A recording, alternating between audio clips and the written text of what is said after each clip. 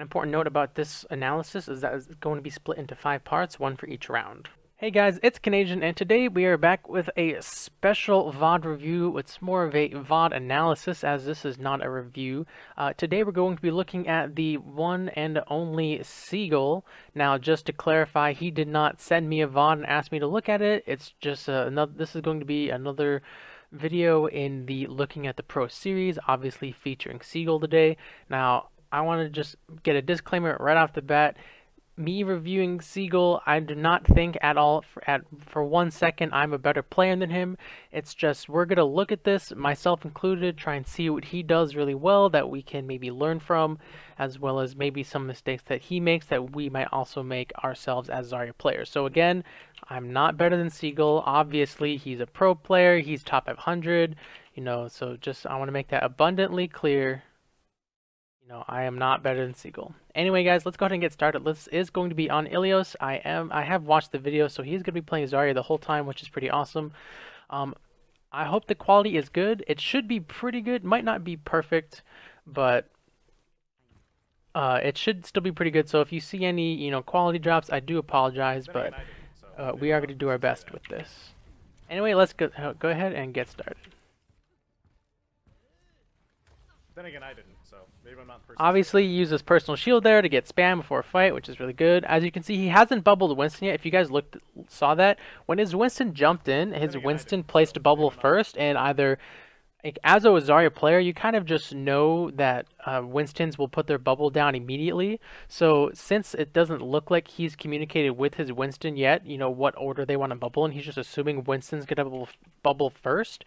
So we see that Winston jumps in, bubbles, and the Zarya does not bubble until either A, he keeps fighting, or B, the bubble goes down. And we see here that he still holds the bubble because it's not needed yet. So again, amazing discipline to not use the bubble yet because it just has not been needed. And we're right like there's a bubble on Tracer, who's literally in the midst of like 5 enemies. So that's a really good bubble to help Tracer get an engage off. We see he gets almost full value from it. He went from 0 to 36 energy on this bubble on Tracer.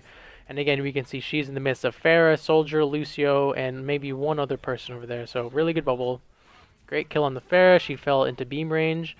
Good personal shield here to, cover our retreat after securing this kill. Like, he gets the kill, uses bubble, and he gets out. Let's look at this reload. But this reload should be fine because he is retreating. He's not trying to pick a fight.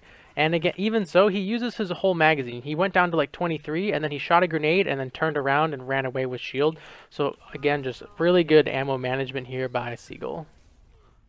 He's trying super hard to kite to this health pack. I think he made a little bit of a mistake here. If you listen closely, you can kind of hear he's getting healed by Ana. You saw little plus signs right there. Like there, here's another one. So he's literally in line of sight of his Ana, but this Zarya is pressuring him, so he kind of tries to cheat towards this mega health pack. And as you're gonna see, the enemy team pushes really far for him, and he does die. They are chasing me so far. They didn't even go to point. They didn't even care. That's so it's pretty good for my team, but Aleki's gonna get ult now before me. Yeah, so Seagull, he narrates his own gameplay, so he does an amazing job here talking about, the pros and cons of the outcome, right? He says that their entire team chased me into the mega, so he died, but his team capped the point. But at the same time, he calls out, I don't know if you can hear it, he calls out that the enemy Zarya, Aleki, is going to stay up with a bunch of energy, clean up the point, and get a bunch of ult charge. Yeah, see, the enemy Zarya gets 3 kills, has a bunch of ult charge, and stays alive. So Seagull knows going into this next engagement, the enemy Zarya is ahead of him in ult charge. Again, just pretty standard personal shield there to eat some spam. He considered bubbling Lucio there, but obviously Lucio was fine, wasn't taking any damage, so he chose not to. Again, really smart. By the way, if this gets repetitive of really good or really smart, I apologize, but I mean we are looking at Seagull here, so there's probably going to be a lot of that. So I hope that's okay. I mean, this guy's one of the best players in the North American Overwatch for a reason. He's gonna have grab in a second, so be ready. Calling out the enemy Zarya's Graviton, really good. Let's look at this reload. Let's see, 75. Look, he uses like 90% of his magazine, which is perfect. And then you see the moment he chooses to reload, there's nobody around, right? So again, just really, really good reloads from Seagull. Oh, I think there was a bit of a misplay here. I think he wanted to bubble the Ana inside the Graviton, which he called out in advance, right?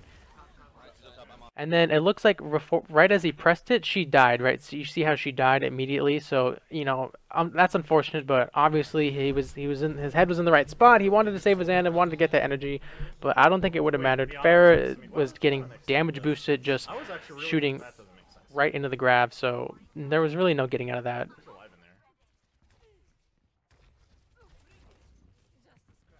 No, I want to shield him. Damn it. Yeah, so right there we ate some spam. He was trying to shield that Genji who was a bit overextended. Unfortunately, Genji was out of range.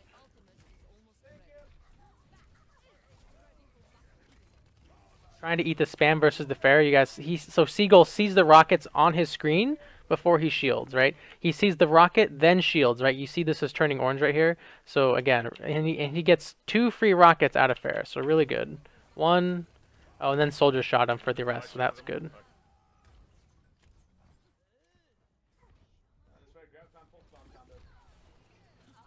This Pharah overextended a little bit. He can't Graviton here because this D.Va is just a huge threat. Like he could maybe Graviton this, right? To you get Zarya and D.Va in here, you melt D.Va's mech. Or like Seagull, 83 energy. He could literally pick one of these 2 targets to just beam down, and D.Va can't stop that. But still, D.Va is a threat to this Graviton. We see that Zarya did use her shield already, so that would be good that it's down. But I don't think he's gonna do it. This is insane. I actually just want to like, I really want to grab that and just kill them, but literally no one is there except for Stenky. Every other person on my team is dead. So Alright, so you hear that? He said he wanted to grab that. So, I don't know, it's a hard call. Alright, I'll let Seagull talk, and then I'll talk after him. If I do it, I really want to grab that and just kill them, but literally no one is there except for Stenky. Every other person on my team is dead. So if I do it, I feed. But if I don't do it, then I think we lose the game. So, I don't know, it's a hard call. Right, so what he just said is 100% true. If you haven't seen yet, I did just post my Zarya Graviton guide today, and I talk about like that exact situation. So a couple things there. I said in the Graviton guide, there's a couple ways to win a fight. You either Graviton the back line, kill them, then the tanks have no support, or you Graviton the front line, kill the tanks, and then the back line has nowhere to hide. But anyway, in the Graviton guide today, so what he was trying to do was scenario 2. Graviton the front line, kill them, the back line has nowhere to hide, and then you just run forward, kill the back line, you've killed the whole team, and then you take the point. And I also talked about how sometimes you can't get a good Graviton off, right? You know, they were at 95% when he died, and he has this Graviton, but, I mean, you know, Seagull's really smart, obviously. It was him and Stanky, and you know, even though he was at 83 energy, and he might have been able to kill the Zarya, it's, you know, and then maybe they clean up the D.Va. It's still like iffy up in the air. So thanks for sticking around till the end of the video. If you haven't already, hit that subscribe button on the right hand side, and if you want to see more videos, check out these 2 on the left. Again, thank you so much for watching, and have a good one.